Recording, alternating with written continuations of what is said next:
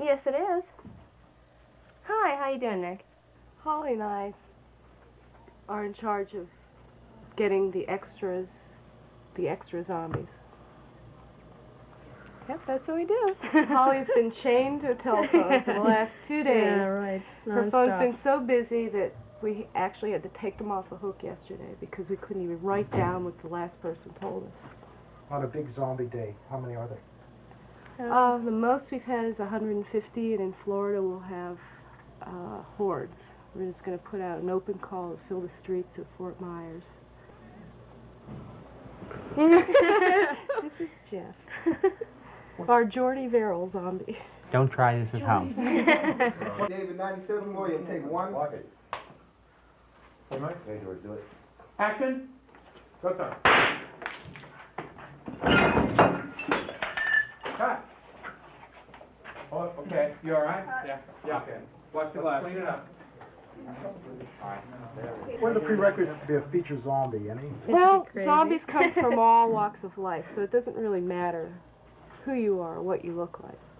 So you've got a ballerina zombie coming in tomorrow. We've got short ones, fat ones, tall ones, men, women, old ones, young ones. We've got zombies from Ohio. We've gotten calls from Boston. California, Oregon. Ontario. We've had people come in from Ohio, South Yeah. Carolina, New York. George Romero's entire fan club came. New York City. Tomorrow, as a matter of fact, that we've got a rock band called NRBQ who's leaving a gig in Massachusetts at 10 o'clock, and they're hopping on their tour bus, and they're going to be here at 7 o'clock tomorrow morning, and we're going to shoot them all. Yeah. When the NRBQ and the Whole Wheat Horns found out they were making this movie, we stopped sleeping. We haven't slept for 3 weeks. We drove down here from Springfield, Massachusetts last night, and we figured the less sleep we had, the more we'd be in shape for this. I'm ready. Big Al's ready. I'm ready.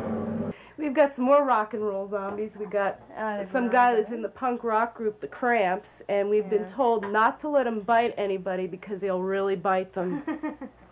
So, Yeah, we have, especially a lot of the people from Ohio have come back like 4 and 5 times. really They big just can't get fans. enough. Yeah, we had a guy today that drove 200 miles from Ohio, and he went to the Manor Nike base where we shot a couple of weeks ago, and he still got here. Yeah. And for all this, we'll have to tell you what they get. Yes. First of all, they get this hat that they can wear in line when they go see the movie. It says, "I was a zombie in Day of the Dead." Next, here we have a newspaper. Autographed by George Romero. And $1. This is for their cigarette money. And people frame their dollars, Yes, too. that's true. Yes, it's true. And all the fresh meat they can eat. Yes, that's right. I was there while they discussed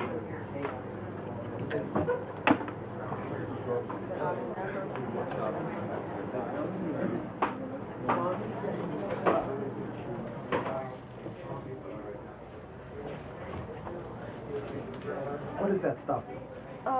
This is a secret zombie food recipe. It's, well, I can't even divulge the secrets, but the zombies will have a great feast this afternoon.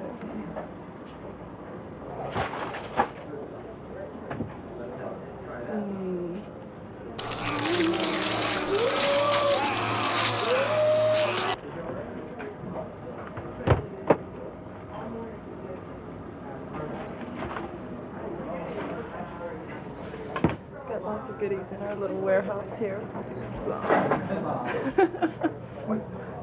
What do you usually feed them? Today they're eating the one of the soldiers named Steele, but it's really turkey flesh, I'll confess.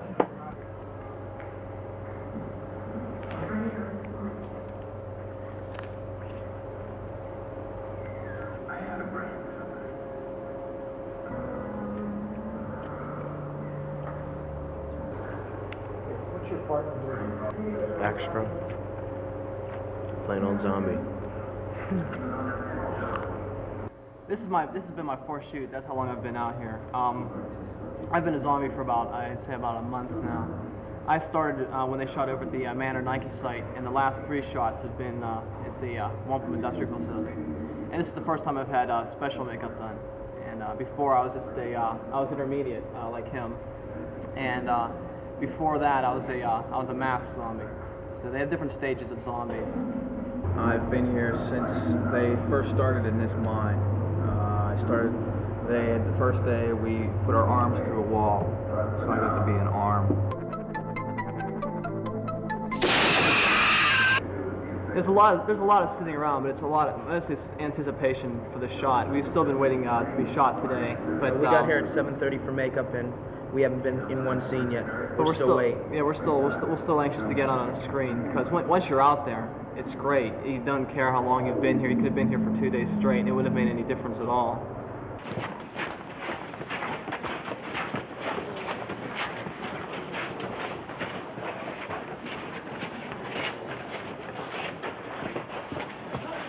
That's a cut!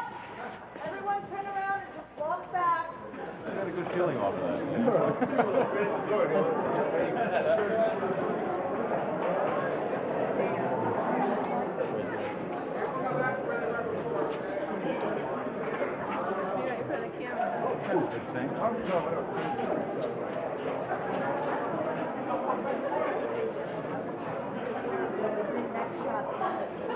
Okay. Quiet, please. That was great. A little slower. Pretty energetic. Everyone was a little too energetic. Okay, just moving a little slower. I am really into the blood. This is like how I take out all my frustrations on these poor, innocent people who come here to be gooped like this. Do you see? This is the most fun thing.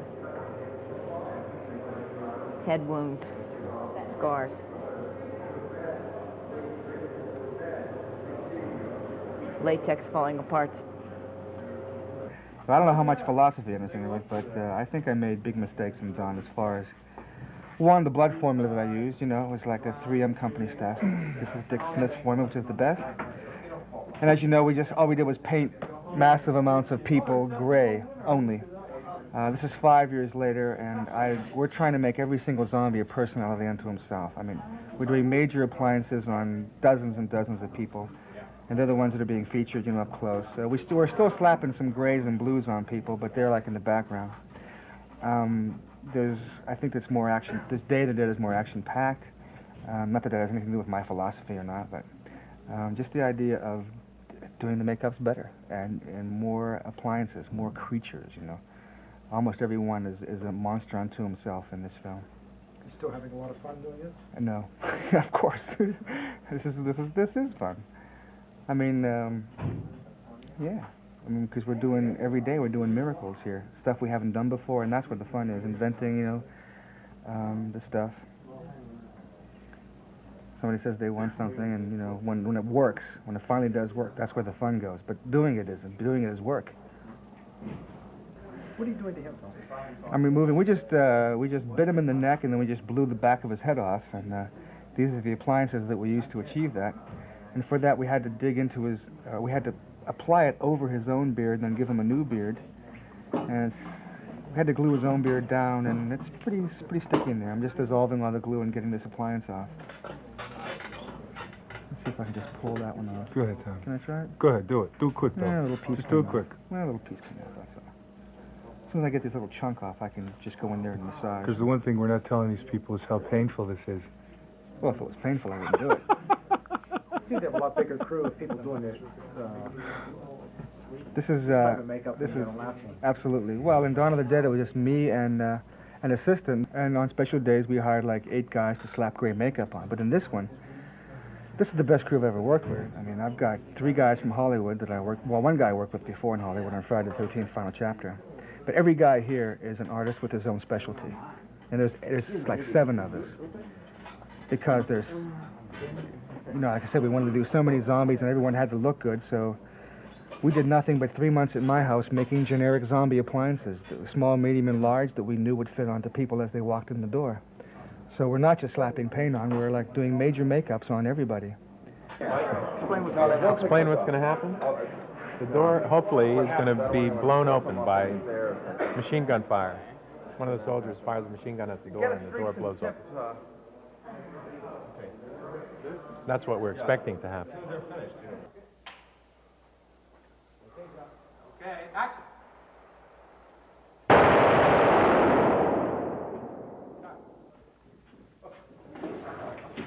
Well, that's okay.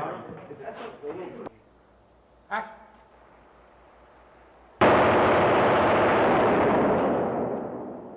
Cut. That should have blown the door off.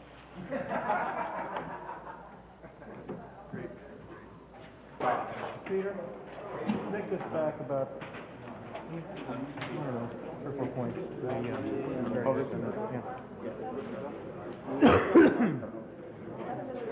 One more. Oh, that's good. The door that blew open. Down?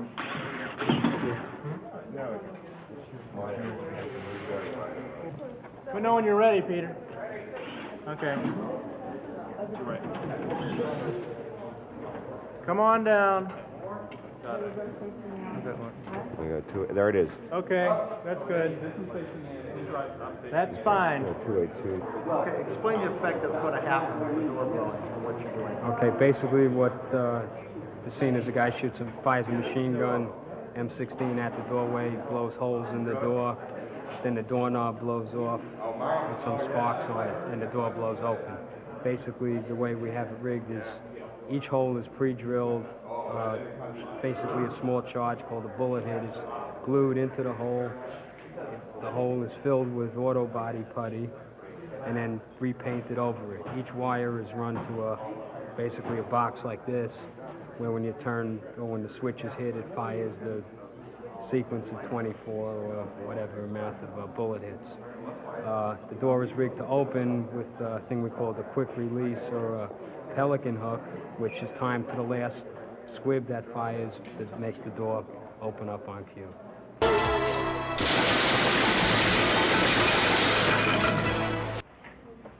Yeah, we need the duct tape. Where is it? I don't know. Find it somewhere. Probably back at the shop. Wait a minute. Will this work? No masking?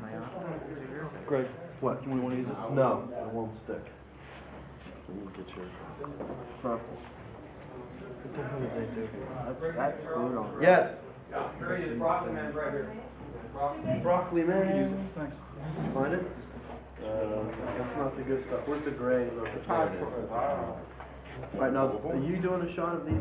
Like, because we have to get this tubing and everything ready. Yeah, that's what I want you to do. I want you to get them ready to go. You got it. And Okay. Broccoli Man too. Anything for you. And as soon as we do the shot with Bill Lasco, you got to rig him right away. All right. Okay. Explain what you're doing. Okay, what we're doing here is this is my friend Matt. He's a zombie. He is already rigged for a front head hit. There's a bladder right here, which will pump blood, and there's tubing coming through the hair here, which will go down his leg, and he'll have tubing and stuff. So what we're going to do is it'll simulate the entry of the bullet, and what we're going to do is fill up some latex balloons with blood, with little charges in them, and it will also simulate the blood shooting out the back. And usually it takes about 20 minutes to a half an hour, because you have to get this metal plate on to protect his head, put the detonator charge on there with the blood, get it all rigged, send the wires in. Once that's all done, all you have to do is hook it up to a box and push the button in. Rolling. Rolling. Slate out. Okay, action. Go.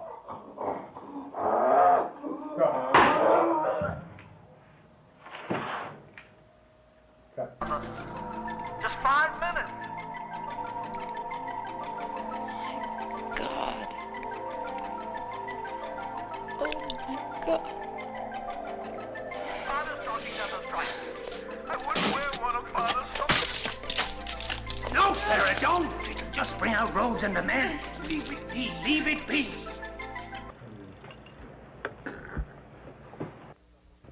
Just explain what you're doing. Okay. This is a mechanical understructure for an effect in the film. A person gets their head ripped off, and the zombies are biting at his neck, and they pull his head off. But while it's being pulled off, we still want him to be able to scream as if we're still sort of alive. So we have a mouth that opens and closes.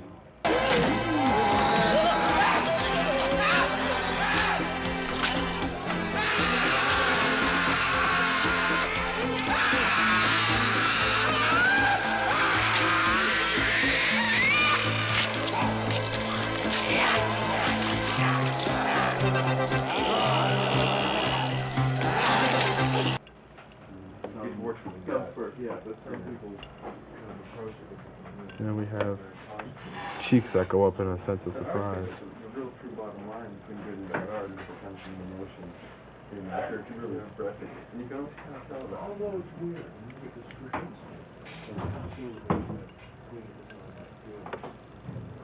For him, yeah. And yeah, Kenneth is here.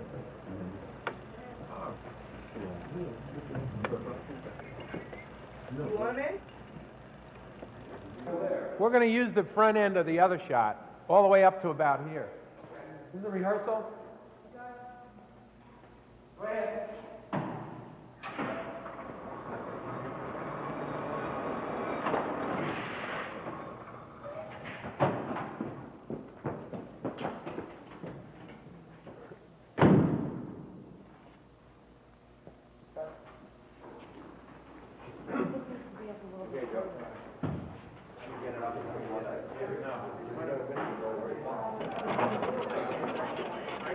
Straight down. We'll spread that one. We'll cheat it the other way. Lights. So I guess instead of moving all the lights around. Yeah, but you'd be better. See, we want you in the air and grabbing on going through that. The impact down there is not as important as Right. flipping But the it's all. Isn't it all about the same place? well, about the same thing. Bang. Oops, sorry, Fred. I think. I don't know. Well, but still, I think it's got to be later, right? Because the car continues to move. Yeah, but I don't. That's what I'm saying. The cart is going this way. I go up, latch on, and then go. All right. You want to just try it? Sure. Can you do it? Absolutely. Yeah, we'll do it. All right. Okay, Jeff. We need a mark for Joe over here. Action.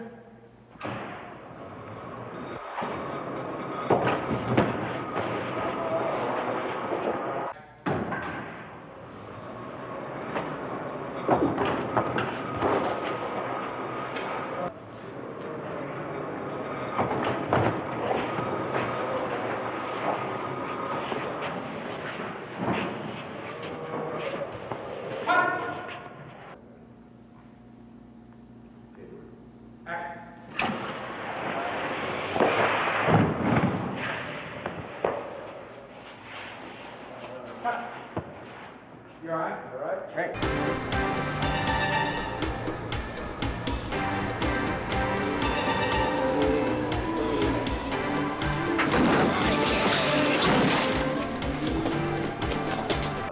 So I'm supposed to tell you about Captain Rhodes. I just got this beautiful bruise here. Let me check that. They're going to check the bruise. And apparently everybody's telling me that I'm supposedly the villain of the movie, which I'm really not. Steele over here is the villain. No, he's not. We're good guys. We're good guys. We're the military point of view. And everybody knows that we're better off than we were 4 years ago, and Reagan's in the White House. So how can the military perspective be a bad perspective? Basically, we are the bad guys. I'm in command now, and I'm telling you that you work with what you got. And you better start showing me some results, or you won't have that very much longer. Yeah, they'll do that, and you can tell me what's going to happen. Well, at this point in time, Rhodes is being pursued by Bub, who, as you know, is the main zombie. And Bub is hot on his trail. Rhodes has an M16 in his hand, but doesn't have time to get the cartridges in because Bub raises his gun and starts firing at him. Rhodes tries to get the cartridge in, can't, in the old tradition of getting the key in the car while the monster's chasing you and you can't turn it, you know what I mean? And dun dun dun dun dun. So Rhodes turns around, and as he's rounding the bend, Bub plugs him right in the shoulder. Let's just walk through it once. Action.